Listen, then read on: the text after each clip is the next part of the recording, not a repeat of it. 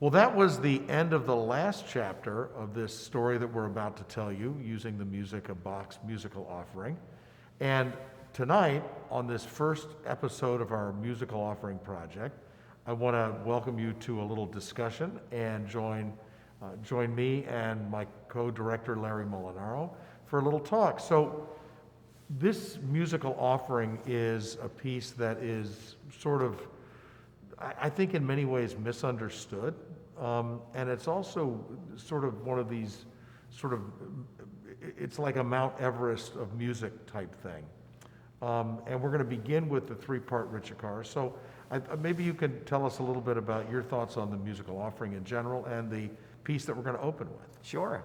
I think the musical offering is, as you say, one of those pieces that people approach a little tenuously because oftentimes it's hard to know what to do with it, right? It's a collection of pieces that Bach put together in 1747 as a gift to Frederick the Great of Prussia.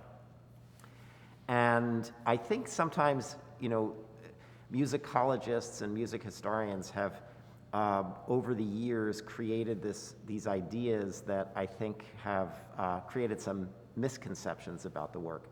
So, for example, the three-part Ritchikar is often thought of as a written-down improvisation, and the canons, which we'll also hear on this evening's program, are often thought of as musical puzzles.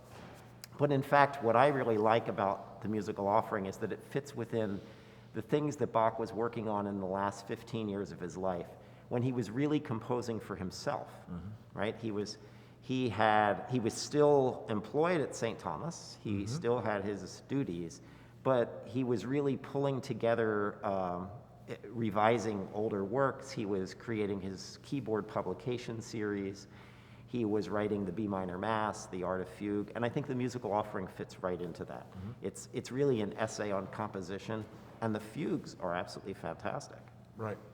You and I have talked many times over the years about this piece, and we've also sort of talked about the B minor, which you just mentioned, and Art of Fugue has being these sort of compilations of virtually every available compositional approach. Yeah.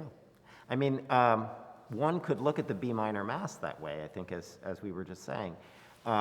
Certainly in its origins, it was a liturgical work, possibly.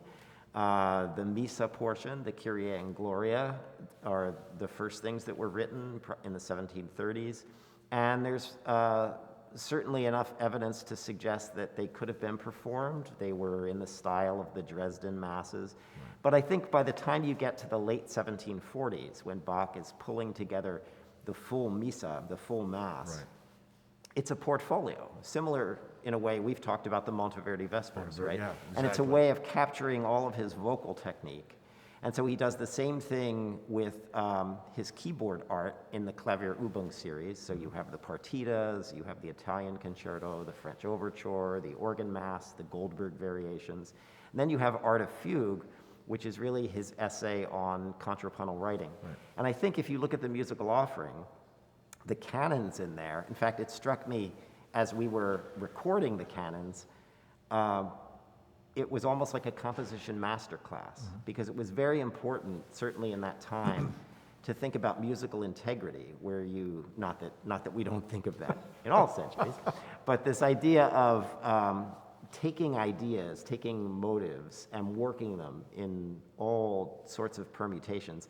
And I can't listen to the canons now and not learn so much about how you take an idea and all the different ways you can treat it. Right. Right. And so I think these are more than just little musical tricks. They're actually ways of treating musical devices that infuse all of composition.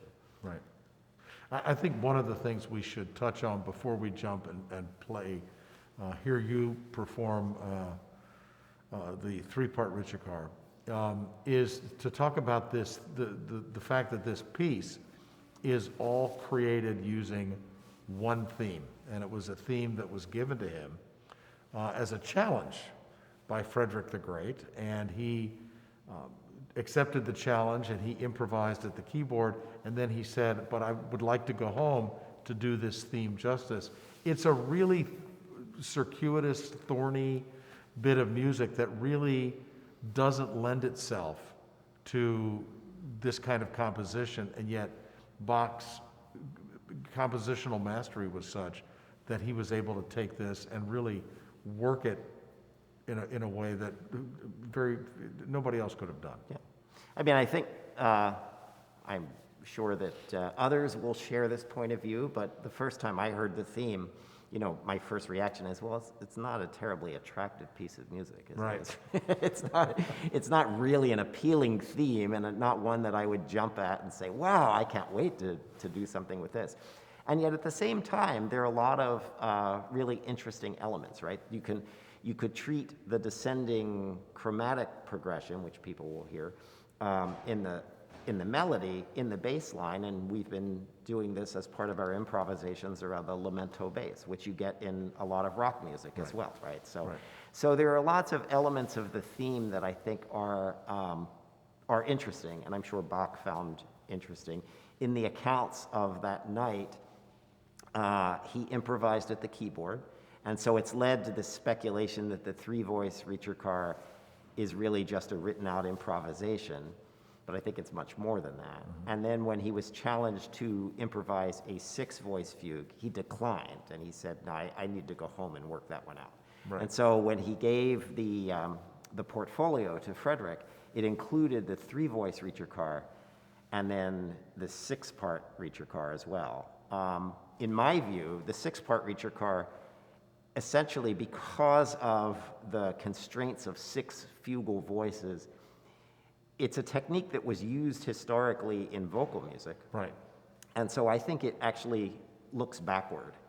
It's a wonderful piece of music. We'll end our series with this, right, and we'll have a chance to talk more about it. But I think it's a way of looking back. The three-part Ricercar oftentimes, I think, is maligned as this almost fluff piece of music that is just kind of a written-out improvisation, and you can read musicologists saying, well, it doesn't really go anywhere, and it sort of wanders, and there are these long stretches of, you know, episodes that aren't really very fugal. I completely disagree. I think it's highly structured. If you look at the way in which he brings in each of the voices, and then he keeps changing the proportion, right, of the what you might think of as, I don't want to say filler music, but the episodes between the statements of the theme. And he's really making use of those chromatic gestures. I think it's very forward-looking, and I had said to you earlier, it reminds me in some ways of Beethoven and the fugue that ends the Sonata number 29, the Hammerklavier. Yeah. It's both very free and sort of improvisatory in its feel, but it's highly structured in the way it's put together. Right. And so I just think the three-part Ricercar is very forward-looking, and it's Bach perhaps being very exploratory, and in some ways, you know, he's really pushing the envelope. Right. And so I think the three-part Ricercar looks forward, and I think the six-part Ricercar looks backwards. It's a personal point of view. Right. I think this is great. Well, let's listen to this. And you have, you played this, and you used a sample of a very particular organ for this. So the video will have me playing at home, but modern technology and pandemic circumstances allow us to be creative. And so there are two renditions of the three-voice Ricercar. One on using samples of an early pianoforte from about 1784, so a bit past 1747, but still sort of in the lineage of the Silbermann pianos. Gottried Silbermann built a piano, and that's what the record shows Frederick had. And Bach played on. And that's what Bach played. So when he improvised actually on a forte piano. So I'm playing first on a forte piano, but I also think Bach fugues, you know, keyboard music was played on the piano, it's played on the organ, the harpsichord, the clavichord. It wasn't always specific for a particular instrument. Frederick's sister studied organ, and I think that there's a quotation of the princess who couldn't quite reach the pedals, but she loved playing the organ. And so I play on a Gottried Silbermann organ as well, and it's from the Petrikirche in Freiburg, Germany, and it's very similar to an organ that Frederick would have known, and it's similar to the organ that we have here at St. Anne's as well. Yeah. So we're going to begin with, I think, the piano forte version, Correct. and then we're going to take a little pause, we're going to talk a little bit about the canons that we're going to share tonight, and then at the end, we're going to do the organ version of the three-voice Ritchikar so that people can sort of hear the contrast. That's right. So let's go listen to a little of the piano forte version, and then we'll come back.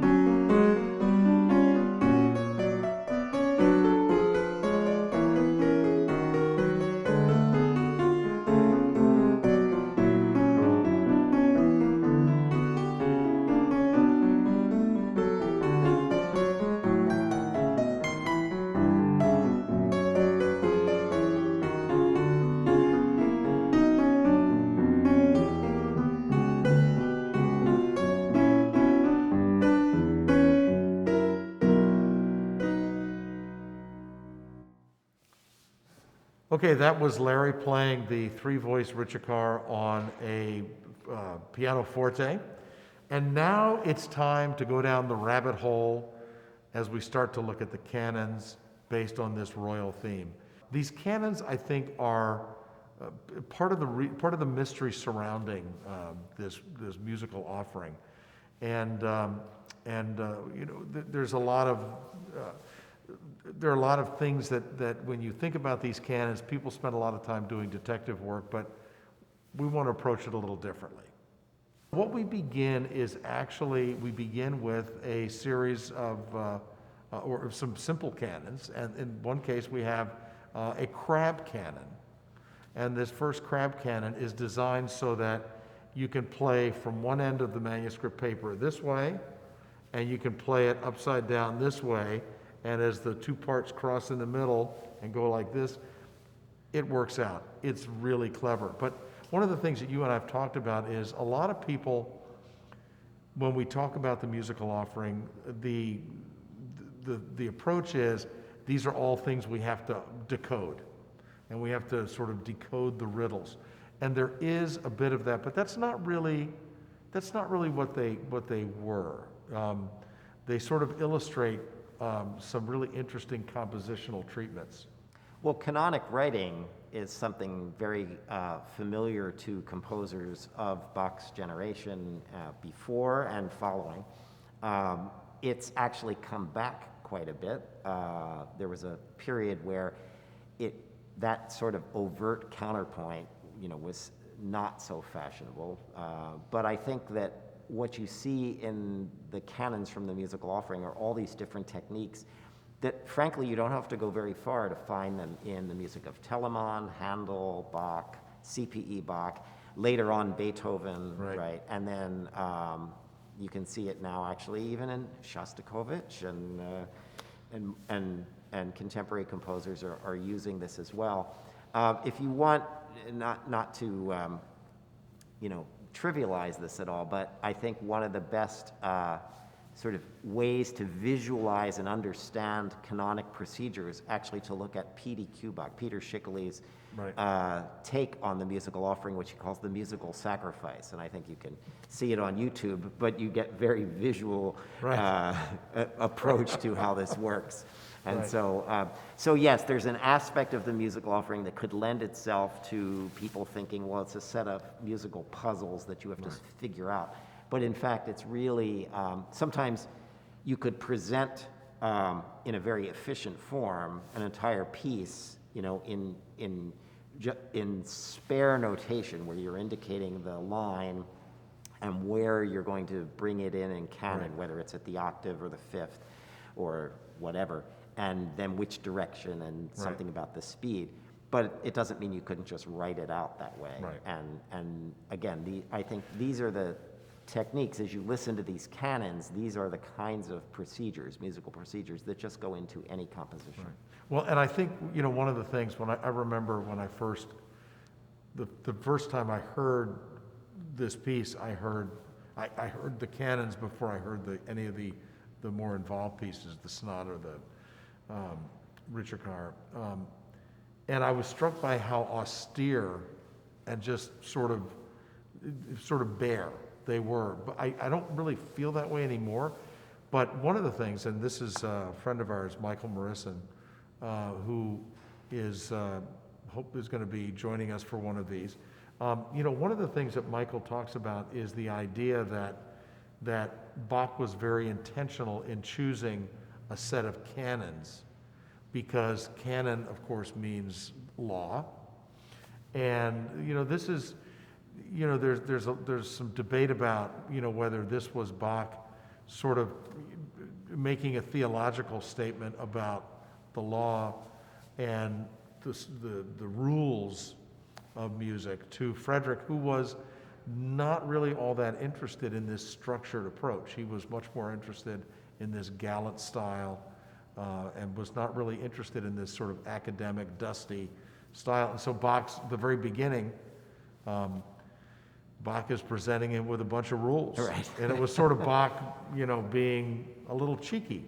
Well, and I think Michael often, also talks about, who is the king that Bach is actually Right. referring to? Is it in fact Frederick, or it is Frederick? I mean, he's presenting it to Frederick, but is it also perhaps God? Right. And actually, we'll have a chance to talk with Michael about that. So Right, it'll be exactly. good So to I'm not, hear we don't his- want to give that away. Right, because- but I think the idea that canon, often meaning rule or commandments, right? So Right. you often find that Bach is combining the number 10 with Right.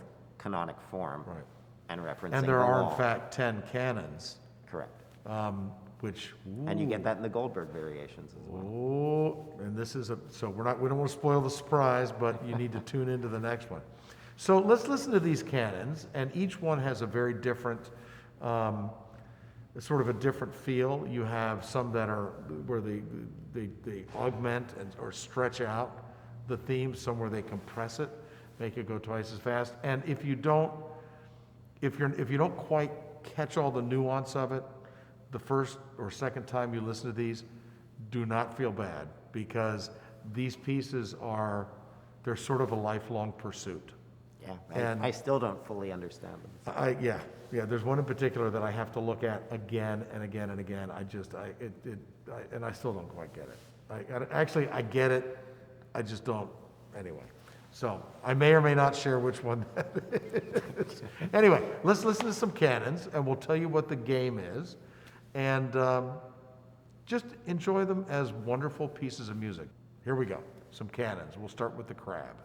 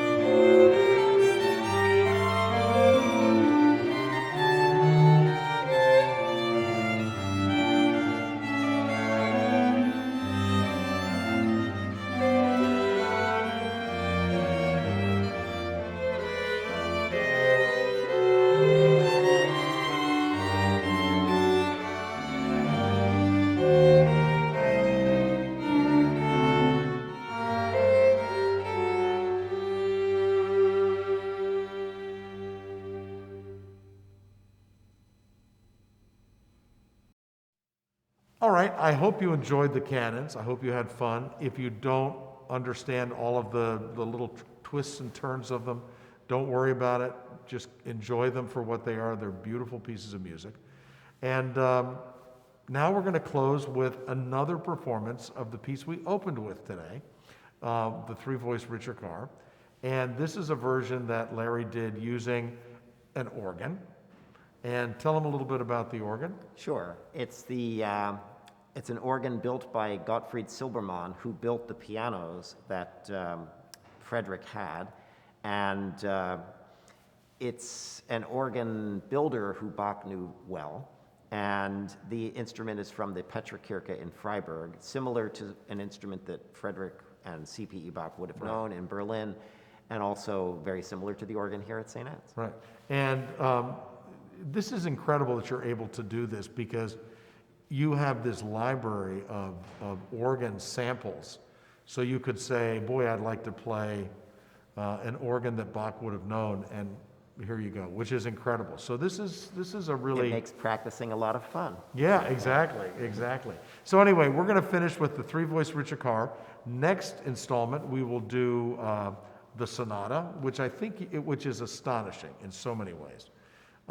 So we'll do the sonata, and we'll do some other canons, and we will prepare ourselves for the final installation, which is the third installation, where we talk about the six-voice Ricercar, which it's really pretty incredible to think about. And I think one of the things in closing, this piece has influenced so many musicians over generations, and still is sort of a compositional and performance challenge.